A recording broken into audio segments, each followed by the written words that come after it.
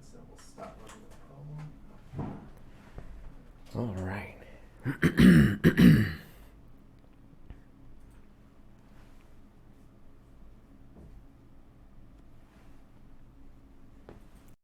Comments on the show. I'm sure, Chris, you can write your letters to Chris Davis and we'll try to make the show better for you. Square, Northeastern, don't ask the zip, I don't know. And it's time. Survey says.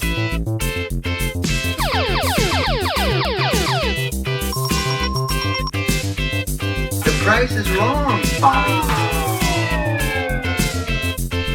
For trivia.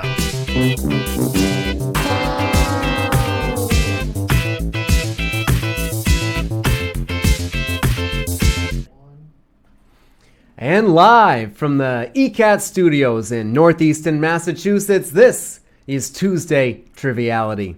It's October 24th, 2023, and thank you for joining me. I'm your host and trivia master of ceremonies, Tim Poupolo. All right, so I want to say that Tuesday Triviality is brought to us by Michael Associates Ltd. Located in Quincy, they specialize in real estate and financial services, including the private placement of federal housing tax credit with partnerships to both individual and corporate investors. So we want to thank you, Michael Associates Ltd, for funding the fun. All right, and for everybody else, also thank you for joining us tonight. This show features general trivia questions and answers, but tonight is a fun, spooky theme. To get you in that October mood, we got a slightly scary twist on our general trivia this evening. So I hope you are ready. If you are watching this at a later date as a rerun or on demand online, you can always play along for the fun of it, just like any old TV game show. However, if you're watching this live, you have the opportunity to participate and win prizes. So here's how that works. When I read each question, you'll have a minute to send in your answer using the handy dandy QR code right here on the screen. This QR code will also appear, if you're watching this via Facebook, in the comments in a link form. And what this will do is bring up a blank answer sheet. So you can have an accompanying device with you. And as you scan this QR code, it'll bring up a blank answer sheet with a couple important fields to fill out. The important fields primarily is your name and your answer. There is also a third field, email address. If you are playing along tonight, you only have to enter that once, so long as you don't change your name during the game. If you enter your email once, we'll be able to contact you if you are one of this evening's winners. But be advised, anything you yell directly at this screen or you put in the Facebook comments will be lost into the void. If you want your answers counted, you have to use our handy dandy answer sheet, which can be done either as another tab, a separate device, or any way in between. But no matter how you're watching this, we'll all be going through this one centralized way. So each round will have a winner of that round. And let's see. Each round will have a winner with a drawing. And how to get your name in that drawing is multifaceted, two-faceted, should I say. You need to be a correct answerer, and you need to be one of the top 3 fastest correct answerers. So it's not enough to just have the right answer. You have to have the right answer fast. And it's not just enough to be fast. You got to have the right answer as well. But the top 3 fastest correct answerers for each question will have their names put into the random drawing bag. So out of that bag, after each round, we will pull one of our lucky winners for a prize.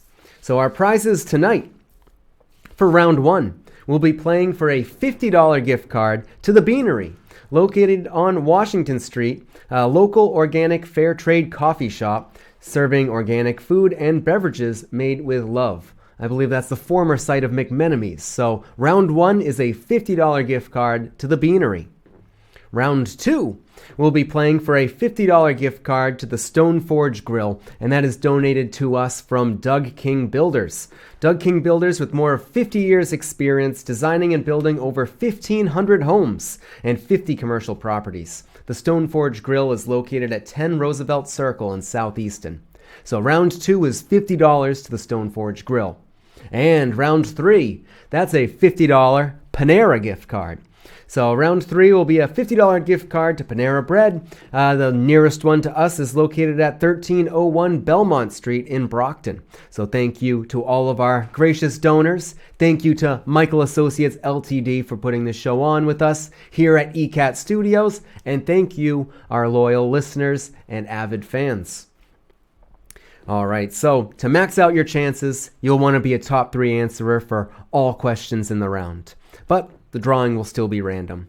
If you want to get a little bit of a tip, put in your name before I read the question so that you don't waste any of those precious seconds. But you'll only have a minute because once I reveal the answer on air, we won't accept any more.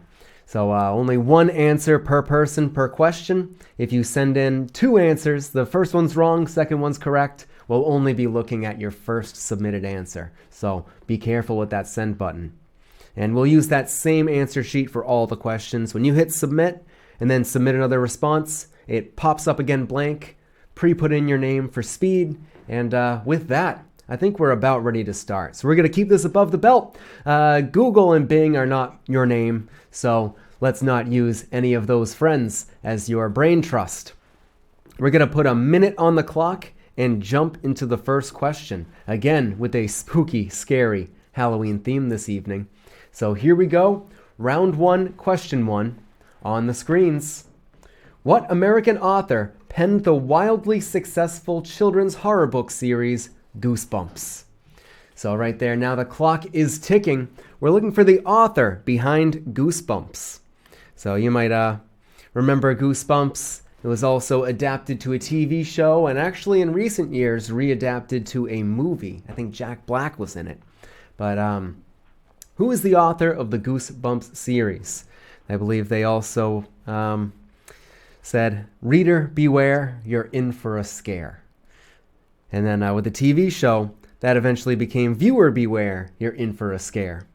So we're looking for the name of that author of Goosebumps. Goosebumps author. I'm trying to think of some of the classic ones. Night of the Living Dummy. I think that one was one of the ones I remember being scarier at a young age. Night of the Living Dummy. All right, we got some answers coming in. Answers are coming in, but you got 4 more seconds to send in that author. Any author will do, I suppose, if you're not looking to win. All right, and that's our time. The answer right there is R.L. Stine. R.L. Stine. Spelling optional. I would have accepted S-T-E-I-N, but this is the correct spelling of R.L. Stine right there. It makes me think of, Wheel of Fortune, R-L-S-T-E, the gimmies for the final Wheel of Fortune. Okay, question number 2. Another minute is on the clock. Ooh, here's a local flavor for you. One of Easton's spooky stories involves the wizard Nathan Seeley, who purportedly had what magical creatures run his mill. So this is a fun local legend. The mill is now on modern-day Mill Street, but there's a big sign commemorating this story by the Easton Conservation Commission. And this story involves Nathan receiving a book of magic and a small army of what magical creatures to help run this mill at night. We're looking for, yes, what kind of creatures ran the mill, the Easton Mill, at night? It's one of those fun legends. I believe Nathan's sister was a witch as well. So it runs in the family, I suppose. I think his sister's name was Thankful, a very puritanical name, because this was in those days. Okay. Yeah, magical creature. So this is a little bone thrown to our Eastonites right there. You may know that in your drives through town, saying, what a weird sign that is. All right, and there's our time. The correct answer is imps. Imps. More specifically, satanic imps, as it's written in lore, legend, and sign. But imps were the beings that ran the mill at night. So that was our one fun Easton question to sort of thank our locals right there. But we're going to move right along to the next question. Question number 3. What A-list actor played the sadistic dentist in the 1986 film adaptation Little Shop of Horrors? So Little Shop of Horrors right there. We're looking for who played the sadistic dentist. Could be a pretty scary profession. That would be a nice scary Halloween costume for many people. You'd scare many adults with that one. But who played the dentist in Little Shop of Horrors? And that's the 1986 Rick Moranis version. Rick Moranis being Seymour in that. Or, the Seymour, as in Feed Me, Seymour. But who played the dentist is what we're looking for. Who enjoyed giving people pain. All right, we got 20 more seconds right here to say who played the dentist in 1986's musical movie Little Shop of Horrors. Of course, just talking about the movie, this is based on a Broadway musical. So we're talking about that. And there might be one little part of this actor that you may not recognize him because of. But here we go. That's our time. And the correct answer is Steve Martin. Steve Martin. Now, in this movie, he has black hair. I think it was dyed black for the role, but that's why it may not have jumped out to your mind as quickly, because this is one of Steve Martin's roles where he doesn't have his iconic silvery white hair. Steve Martin for number 3. All right. Question number 4 right here. This is a fun horror movie question. After a few mixed success television roles, Jennifer Aniston's big screen debut was in what 1993 horror movie? Of course, she really hit it big when she was cast in Friends, I believe the following year. But before she was on Friends, Jennifer Aniston's first time in cinema was in what horror movie? Now, as most slasher flicks, I believe this had maybe 5 or 6 installments. But what is the name of that horror movie in which Jennifer Aniston got her first role in? That's one of those things that a lot of people in Hollywood got their first role in these campy horror movies. Because I believe Johnny Depp, his first movie role was as the boyfriend that gets eaten alive by a bed in Nightmare on Elm Street. But what movie was Jennifer Aniston's first movie? And it was, should I say, a very campy horror movie. All right, and that's our time right here. Only a couple of you got this one. It was tough. You got to know your horror movies. That is Leprechaun. Leprechaun. If you haven't seen it, it's what it sounds like. There's a killer leprechaun on the loose. But thankfully, Jennifer Aniston was able to slingshot a 4-leaf clover down its throat, which stopped the leprechaun. If you haven't seen it, it's probably better for a laugh than a gasp. All right. Still keeping with our Halloween theme. Here we go for our next question. Another minute on the clock. Reese's Peanut Butter Cups have held the place as top Halloween candy for decades. What chocolate company owns this brand? So good old Reese's Peanut Butter Cups.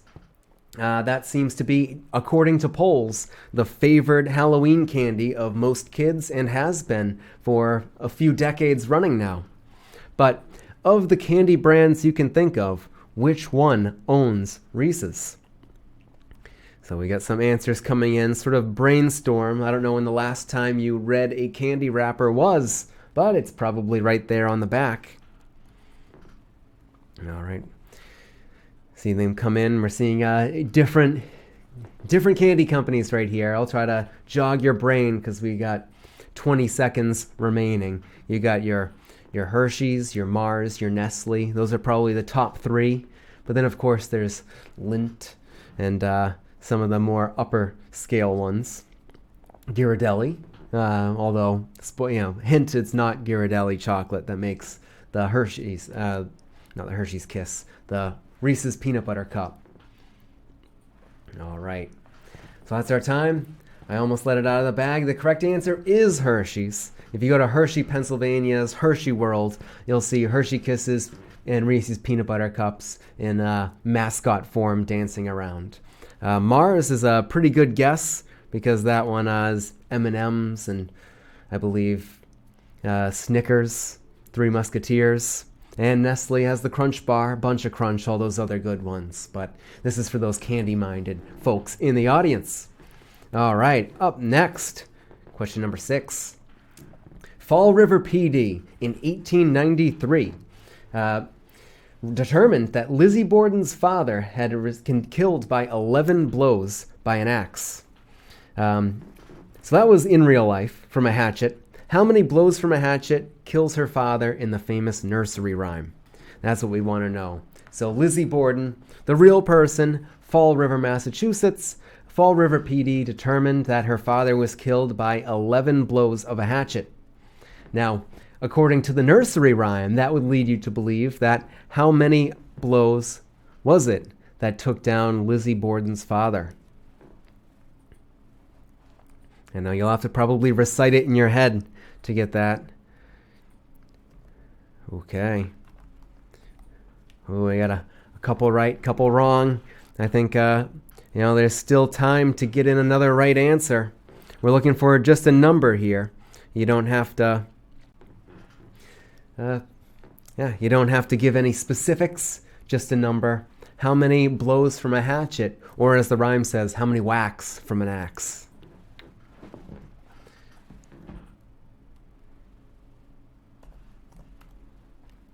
All right, that's our time for this one. So Lizzie Borden took an axe, gave her mother 40 whacks. When she saw what she had done, she gave her father 41. 41 was the correct answer right there, according to the nursery rhyme. But in real life, 11, which is still very excessive in my opinion. Okay, number 7. Some more fictional horror instead of the real stuff. Jason Voorhees terrorizes teens and adults as he slashes his way through what summer camp in the Friday the 13th franchise? So Jason Voorhees, you may know him as that ghoul, that undead being behind the hockey mask. But it was originally centered around what summer camp? What summer camp is the first Friday the 13th centered around? Because this is where Jason Voorhees, the human, died before Jason Goes to Hell, Jason X, and I don't think Jason's been in space yet, but I think Jason X was close. Okay, we got our answers coming in. People know their horror movies. What summer camp is the basis of the Friday the 13th slasher franchise? So if you are a camp counselor, I would watch out, because any camp counselors sneaking around kissing the other camp counselors are usually the first ones out. All right, in our final 10 seconds. So if you're going to send them in, send them in. All right. All right, the correct answer right there was Camp Crystal Lake. Camp Crystal Lake. Just Crystal Lake would have done. Camp Crystal Lake. I always think about that. It's a common name throughout the U.S. You got Crystal Lake. But now it brings up the connotations of a horror movie. So up next will be our last question of round 1. Then we'll take a 1-minute break, and when we come back, we'll have our drawing for our round 1 $50 prize. So let's put that 1 minute back on the clock. Here's your final question for the first round. Crowd favorite Hocus Pocus still brings in more than $1 million in DVD sales each year, even with the decline of DVD. When did this movie originally show in theaters? So when did Hocus Pocus come out? That's what you want to know. And a fun fact about that, it actually came out in July. It was a summer movie. And you'd think, like, why would they do that? It was a summer movie because it makes it to home video by Halloween, the perfect present. So it was on home video by Halloween, but this was a summer movie, so it actually didn't perform well in the box office. But that's no indication of how good of a movie it is, because we all know it is now a Halloween favorite. Good old Hocus Pocus with the Sanderson sisters. So that's what we're looking for, is a year when it first came out. I said, and still going strong. I believe it's now a Disney property. So I think it's on Disney Plus. So maybe that reduces the DVD sales right there. But what year did Hocus Pocus come out in theaters? And I suppose home video as well. All right, and that's our time. The correct answer right there was 1993. 1993. So in theaters, July 93. Home video, October 1993. So that means we get to celebrate its 30th birthday at home video right here. So 30 years of Hocus Pocus. So I hope you're able to watch that this Halloween. We'll be back in just a minute with your round one drawing to see who our lucky listener is. And then we'll jump into round two where another $50 gift card's on the line. So see you in 1 minute. Don't go anywhere. I'm Gail Devins, and join me as we discover all the businesses that made Easton great. This is a wonderful, wonderful place. I cannot wait. I want to do it. I want to go there. I am definitely coming back, and I know you will too, because I'm telling you something.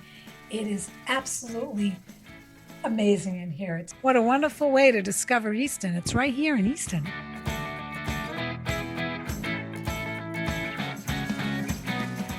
Showing at noon on Mondays, 2 p.m. on Tuesdays, and 11 a.m. on Fridays, only on ECAT.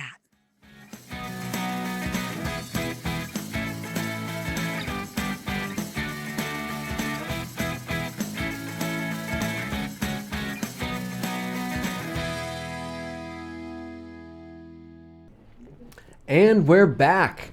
All right, so welcome back. We are ready to go. This right here is our round one drawing, and the prize on the line for this one is a $50 gift card to the Beanery located on Washington Street. So this is local, organic, fair trade coffee and organic food and beverages made with love. So everybody who has got your correct answers in a timely manner is represented here in this magic pillowcase of wonders, which doubles as my trick-or-treating bag. So, okay, let us see. Okay, answer number 7. For getting Steve Martin correct for Little Shop of Horrors, this goes to Sherry. Sherry, you are a round one winner right there. So we'll mark you down. Ooh, there we go. So we'll mark you down right there. And for everybody else, there's always this upcoming round. So we're going to sort of wipe that slate clean. If you're just joining us, we have this, there we go, sort of upside down and backwards for me. We have this QR code. You can take this moment now to scan it with your phone on the screen, or you can sort of look at the Facebook comments, go to the ECAT Facebook page as well. There's more accessible links to play. If you're on TV, this might be your quickest bet. But if you were there for round one, it's the same form for round two. Of course, if you just want to play along in spirit, you don't have to. But if you want a shot at our round two gift card, which will be to Stoneforge Grill, graciously donated by Doug King Builders, this is the round for you.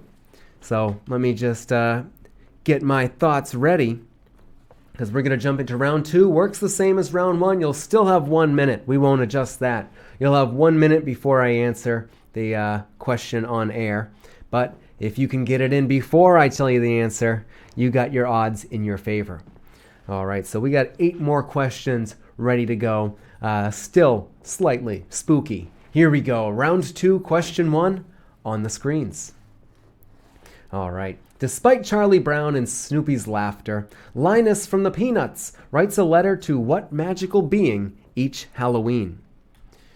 All right, what magical being does Linus from the Peanuts write a letter to each Halloween? Despite the jeers he may receive from Charlie Brown, Snoopy, Lucy, Peppermint Patty, the entire Peanuts gang, I suppose. But that does not deter little Linus. All right. Yeah, see how well you know your specials. People always love the Merry Christmas Charlie Brown, but this might be a next best Peanuts special right there.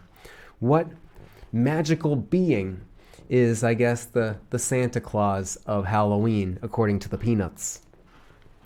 All right, we got some answers filing in. So, it's not too late. You can still author your letter. And if you were, who would you address it to? Well, let's see. Now that we've run out of time, the correct answer is the Great Pumpkin. The Great Pumpkin. So I believe that special is Charlie Brown and the Great Pumpkin, which I think it does conclude that the Great Pumpkin's real. So you better be good. Question number 2. In the popular song Monster Mash, the lyrics say that what vocal group will perform at the party? All right, the Monster Mash, it's only been around for decades and decades. What vocal group is performing at the party, as according to the lyrics of the song Monster Mash?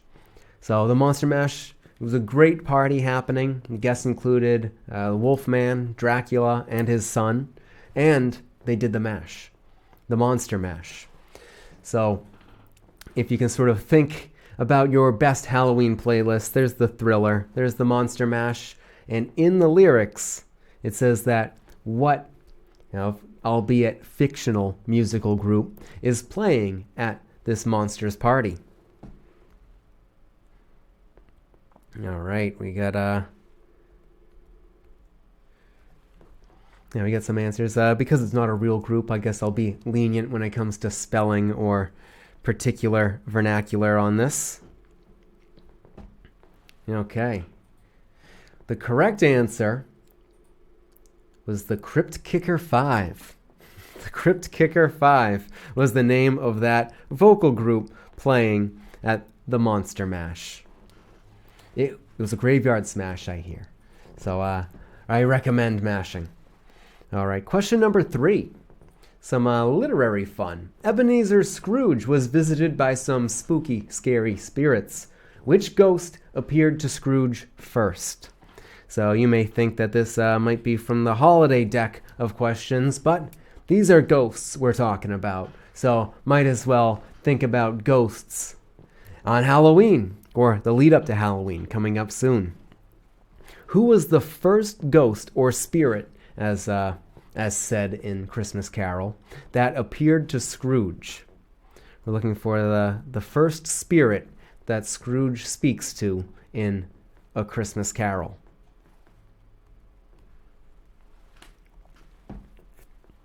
All right, we're coming in. We're coming in hot. Looking for, of the spirits that visit Ebenezer Scrooge in A Christmas Carol, which is the first? Which is the first to speak to him? Got 10, yeah. I mean, pretty scary for supposed to be a Christmas story. Okay. We're in our final seconds for this one. And this one was a little tricky. You had to think about it, but enough people did.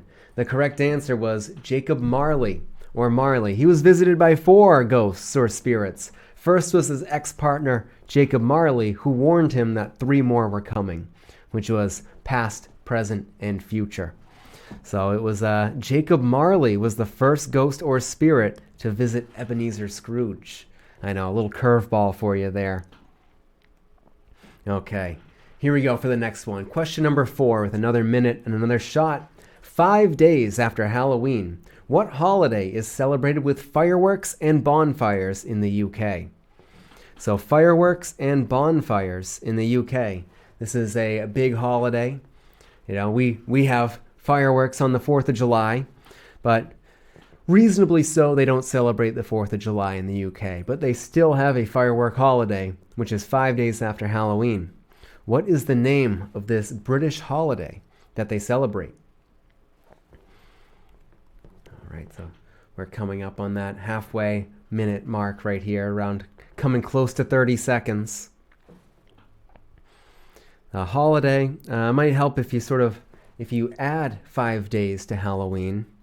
You got the 5th of November, in which you may remember.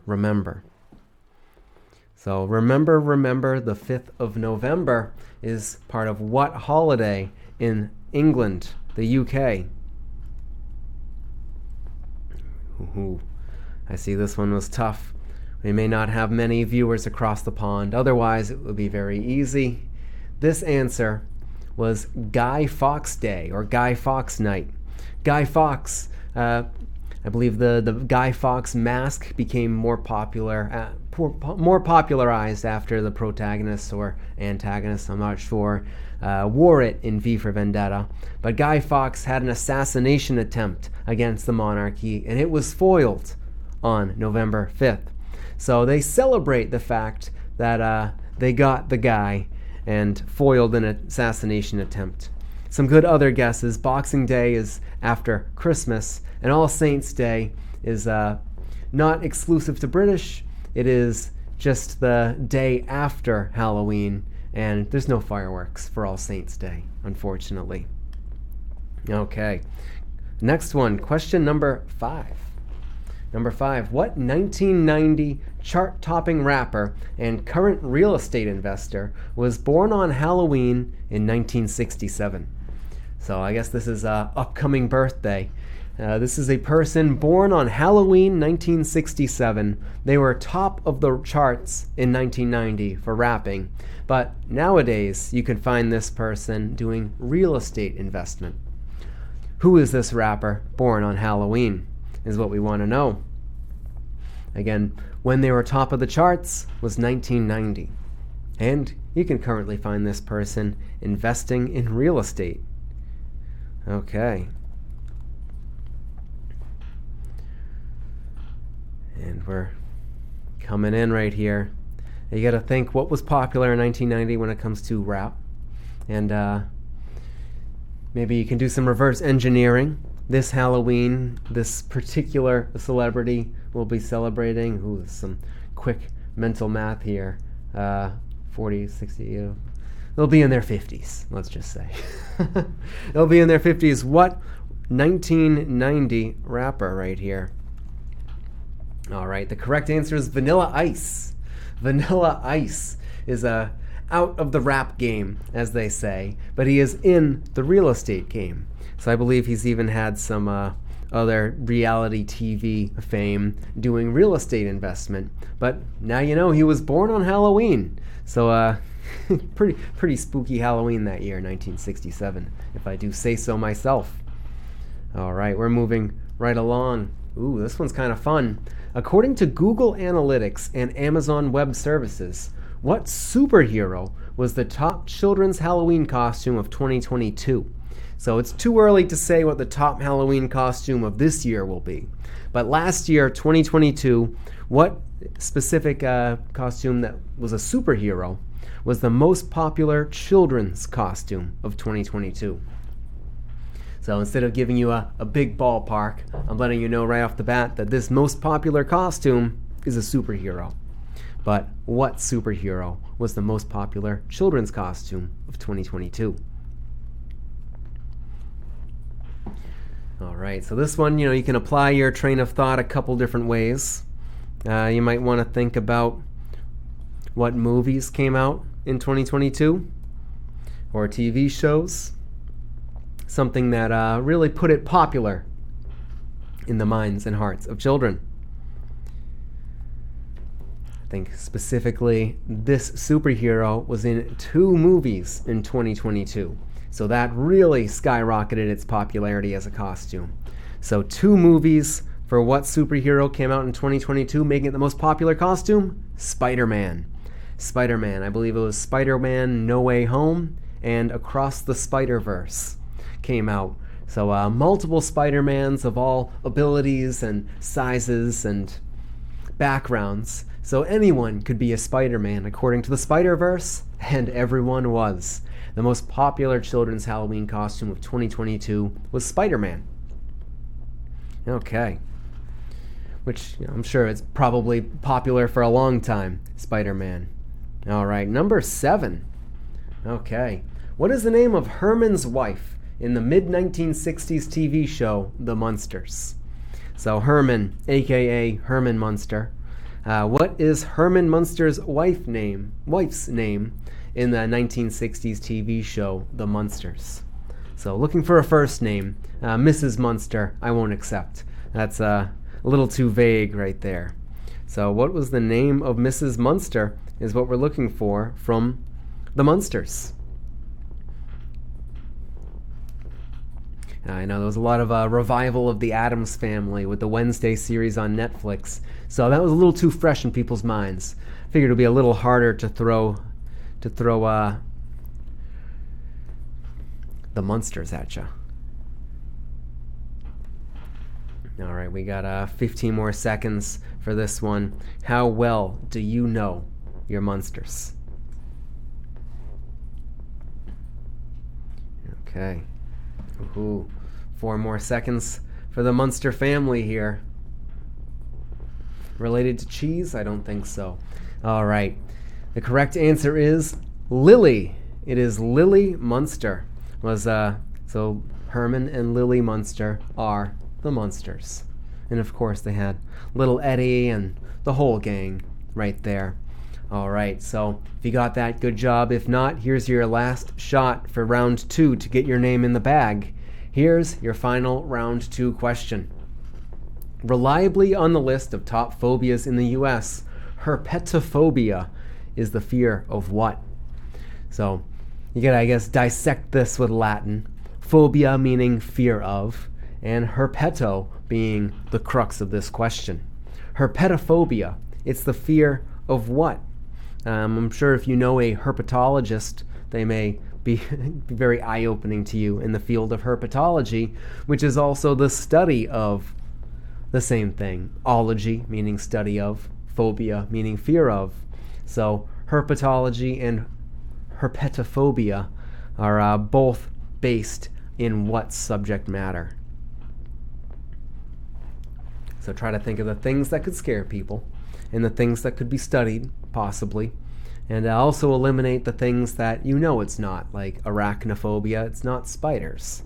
But arachnophobia is also on the list of top phobias in the US. Okay. Herpetophobia.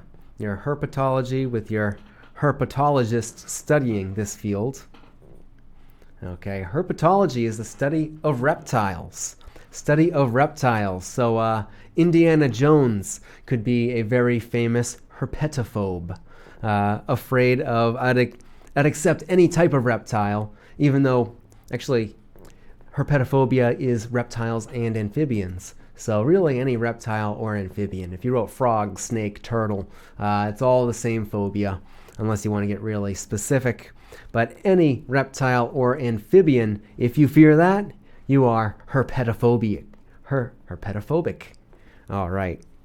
So it looks like we have our answers in, which means we'll take yet another 1-minute break, and when we come back, we will have your round 2 winner for the Stoneforge Grill and your final round and your final shot at our round 3 gift card. So don't go anywhere. We'll be right back. And welcome to the official first episode of Eatin' with ECAT. My name is Joseph Taft. I'm Jack Ryan. And I'm Abby Kishnam. We are, in fact, your co-hosts, and we are determined to bring you all the big eats that you can handle. So listen, if you're a foodie, you're not going to want to miss any of the action. Check out our website, www.eastoncat.org, or find us on social, at eastoncat, to find this episode on demand. Oh, you're going down, Kishnam. You're going down. You're going down. I got through the foam, and I'm getting a little more down to the... It's like... The fact that there's jelly in this just unsettles me. A Reuben sandwich is the best sandwich out. The sauerkraut mixed with the Thousand Island and the rye bread. This is something I have never seen before. We're good. We're all family here. Where does the ice cream begin? Big and bite. The whipped cream. And No more plate.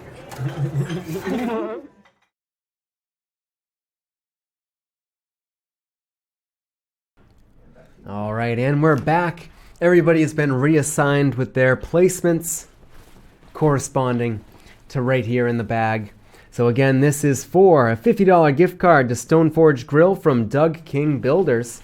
50 years of experience, 1,500 homes, and 50 commercial properties right here in the area.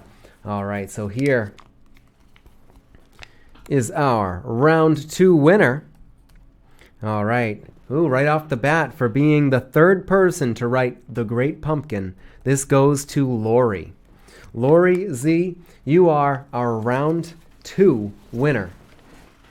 So let me mark you down right here. Lori wins for round 2 with The Great Pumpkin. You never know. So the 2 people got The Great Pumpkin in faster, and they had an equal shot. All right. But that being said, again, anytime you get one in there, you get a chance. Especially here, coming up, we have good old round 3. And this one is a $50 gift card to Panera Bread. So let's see if we'll fight hard and play hard for this one. Again, the QR code is here on the screen. So if you're just joining us now, it's not too late. How you did in round 1 and round 2 has no bearing on round 3. You need to just get them in, get them right, and get them quick. So you can use this form, put in your name, and get ready to put in your answers. And if you're just joining us for the first time, also put in an email address, because if we pull your name, we want to be able to let you know how to get your prize. All right. So with that, we'll still have a minute on the clock before we move on to the next one. But here we go. Good luck, everybody. Your round 3, question 1. The Amityville Horror is based on a true story of a murderer's haunted house in Amityville of which U.S. state? So Amityville, where can you find that? I believe this time of year, just like the Lizzie Borden house in Fall River is a popular Halloween tourist attraction, the Amityville Horror House in Amityville of which U.S. state is another popular tourist attraction. We're looking for one of our 50 states right here, so you don't have to get any more specific than naming one of our 50 nifty United States. The Amityville Horror, I believe the house is famous for having those sort of quarter circle windows on either side of the chimney, which I believe on the movie poster made it look kind of evil and angry. But Amityville can be found in which U.S. state? In which U.S. state can you find Amityville? And I guess if you are going on a grand tour, you want to hit Salem to see the Hocus Pocus movie high school. You want to hit Fall River for the Lizzie Borden house. And right here's your answer. Amityville, New York. Amityville, New York. So it's part of New York State right there. So you can just ride down the coast. By the time you get to Savannah, Georgia, there's a ton of ghosts. So let's do that. Halloween road trip. First stop, New York. All right, question number 2. Ooh, this one's a little tough. Nothing spookier than a complete human skeleton. How many bones are in a complete human skeleton? So this is a real trivia right here. You might get it on the bottom of one of your bathroom cups. This is one of those fun facts. It's one that you may not have a good shot at sitting down and counting and figuring it out because you got to count all the ribs. Every vertebra of your back is another bone. Even your individual hand and feet have dozens of bones in them. So what is the number of bones in the human body? Just looking for a number right here. Oh, let's see. We got some close guesses coming in. See, one person got on the nose. It's one of those things where maybe after tonight, it's like, hey, where'd you learn that?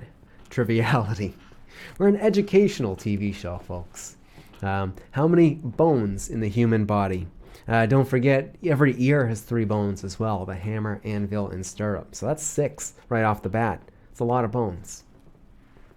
All right, so that's our time. The correct answer is 206. 206 bones in the human body.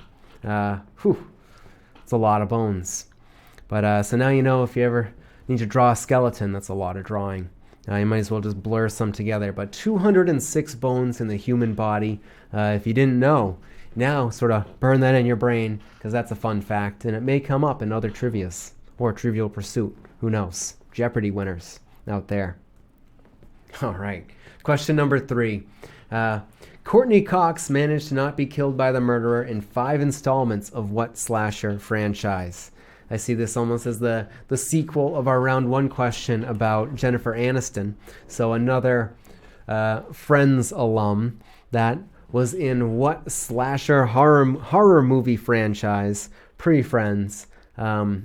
However, she continued to be in this franchise for at least 4 more movies.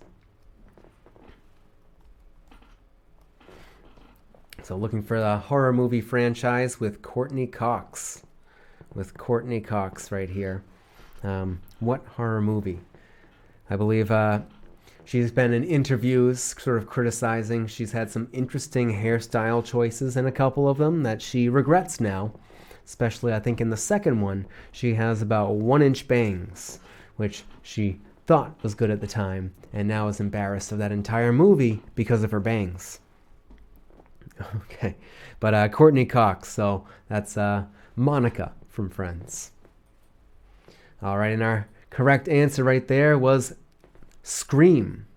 Scream. I think the original Scream also had Drew Barrymore, but she was killed in the first 10 minutes. So Drew Barrymore was in the first Scream only, but Courtney Cox is in 5 of them.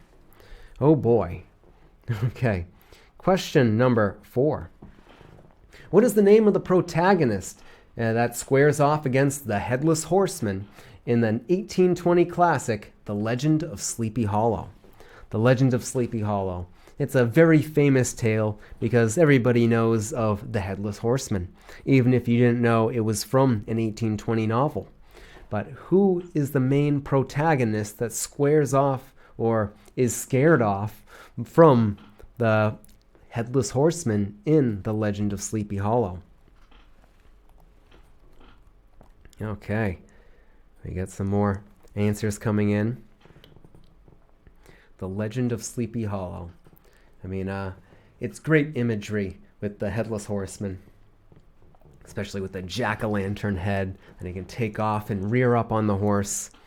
What is the name of the man with a head that the story focuses around with The Legend of Sleepy Hollow? All right, answers are coming in, and to assuage your concerns, I am not, spelling doesn't count. So do your best. If I can tell what you're trying to say, we'll get you that credit, because the correct answer for that is Ichabod Crane. Ichabod Crane. So, there's some creative spellings of Ichabod, but as long as it sort of looked like you were trying to say Ichabod Crane, we'll count that as correct. All right, so Ichabod Crane right there with The Legend of Sleepy Hollow. All right, another fun question that is a tangent off of a horror movie right here. The killer car from Stephen King's Christine was a model 1958 Fury of what make? So every car has a make and model. Model Corolla, make Toyota. Christine was not a Toyota. That was just an example for you.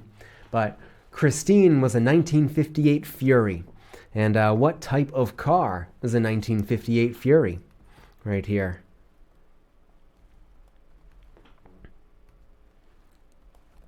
All right. We got our answers coming in. So you might not have to know your horror movies for this one. You could just be a car buff. Go, a regular down at the car shows. But 1958 Fury. I'm sure when Christine came out as a book, it wasn't as exceptional as it would be to see a 1958 Fury these days. But as the years go by, a pristine Fury, that'd be the people would run right underneath the bumper trying to get a good look at it. Okay, we got 5 more seconds here. 5 more seconds. The car Christine is a 1958 Fury, and that make is Plymouth. A Plymouth Fury.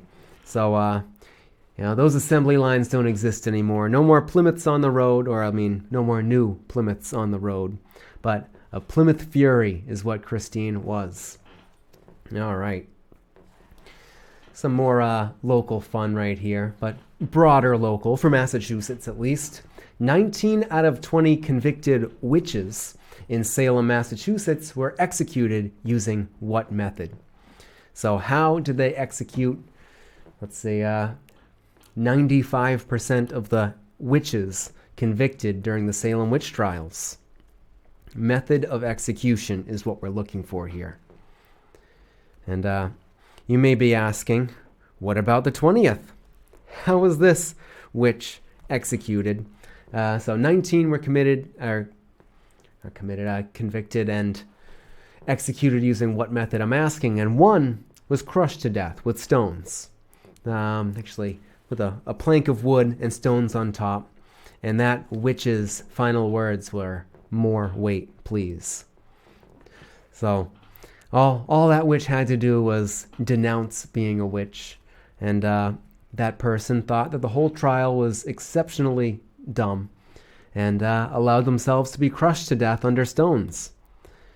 But the other 19 didn't have quite that kind of execution.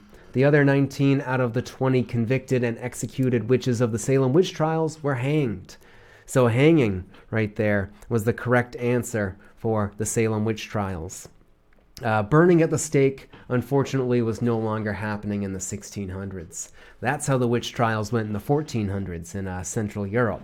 So I guess better to be a witch in the 1600s than the 1400s.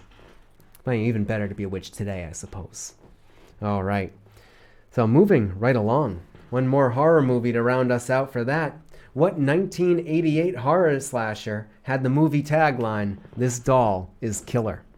This doll is killer. So this one might be kind of easy for some of you. So in this case, being quick is its own reward.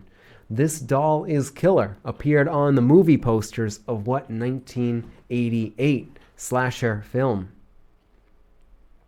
All right, looking for the name of this movie right here. All right, we're coming in. How well do you know your horror films? 1988 slasher, This Doll is Killer. Ooh. Okay, we're coming up on something interesting here. Let's see what we think and how people respond. This doll is killer. Of course, you could probably imagine that right there. All right, 10 seconds left to name that 1988 horror movie. 1988 horror movie. Huh. All right, so the correct answer was Child's Play. That was the name of the movie, but nobody wrote that. I'm surprised, but we got a lot of Chucky answers. So I will at least I'll credit the top 3 fastest Chucky answers because nobody actually wrote Child's Play, which is the actual title of the first movie, is Child's Play. Of course, then you have Bride of Chucky, Seed of Chucky, Chucky Returns, all that good stuff. But the first one was just called Child's Play. And now you know, that doll is killer. All right, so we're coming up on our last question of the evening. So this is your last chance for 3 of you to get your name in the bag for our $50 Panera gift card, our prize for round 3. So without any further ado, you got 1 more minute. Here's your final question. Halloween is the first day of what 3-day holiday in Mexico? 3-day holiday in Mexico. All right, let's see if we know this one a bit better than Guy Fawkes Night in the UK, because I guess proximity-wise, at least we have a border with Mexico. So what is this 3-day holiday in Mexico called, in which Halloween is the first night? And the clock is ticking. 3-day festival, I guess, because there we go. Our answers are coming in here. Answers are coming in. Ooh, 20 more seconds. And you know, we got some right, some wrong. And it looks like, okay. Got a couple more answers. Oh, good. People, looks like on the whole, we got a good handle on this one. Looking for a 3-day holiday in Mexico. So Mexico, as you know, is a very Catholic nation. So All Hallows Eve, All Saints Day, All Souls Day, all 3 is Dia de los Muertos, or Day of the Dead. The Day of the Dead celebration is this 3-day holiday. So I would have accepted in English Day of the Dead or Days of the Dead, or en español Dia de los Muertos. Okay, so right there, that brings us to the end of round 3. When we come back from our last 1-minute break, we'll do our drawing for our Panera $50 gift card. So without any further ado, I'll see y'all in 1 minute to see who our lucky listener is. I'm Van Dam. I've been in radio for 3 decades now and have been doing a daily podcast-style show for a few years. But once a week, I come to the ECAT studio where they give me wine and cheese. Hey, welcome to the program. How are you? Good to be with you. Hey, you're looking good today. Thanks for being here. Make yourself comfortable. This won't take too long. It'll be a little bit painful for you, but in the long run, it's important for you to go through this. And I do a TV version of the podcast. I talk about what's going on in the world and in the area and give my opinions on things. That's both something to look forward to and also a warning. So tune in to see me move my mouth while I talk. Who knows? We might have something in common. Probably not, but you never know. Catch my show here, The Ron Van Dam Show, right here on ECAT. It's The Ron Van Dam Show. Hold on tight. Things can get a bit weird, if you like that sort of thing. And we're back. All right, hopefully you enjoyed that little respite. But now, just as in round 1 and round 2, all of the top answerers are corresponded in here. So here we go. This is for, again, $50 to Panera. Ooh, I grabbed 2. Ooh, right there. So answer number 13. This is for being the the quickest answerer of Plymouth. This goes to Dave W. Dave W. is our round 3 winner. Our round 3 winner is Dave W. for knowing the Plymouth Fury right there. So you never know what little tidbit of information could get you that prize. But this concludes our spooky edition of Tuesday Triviality. We'll be back next month, November 21st, that Tuesday at 6 p.m. for the next episode of Tuesday Triviality, where we'll be back to some good old general knowledge trivia. If you like this and other programs on ECAT, don't forget that they can't do it without help of viewers like you. So do that through sponsorship or donation. If you would like to help ECAT out with the donation, you can go to eastoncat.org and look at the bottom for a donation link. Until next time, I'm your Trivia Master, Tim. Keep that curiosity, watch some Triviality, only on ECAT. Thank you, everybody.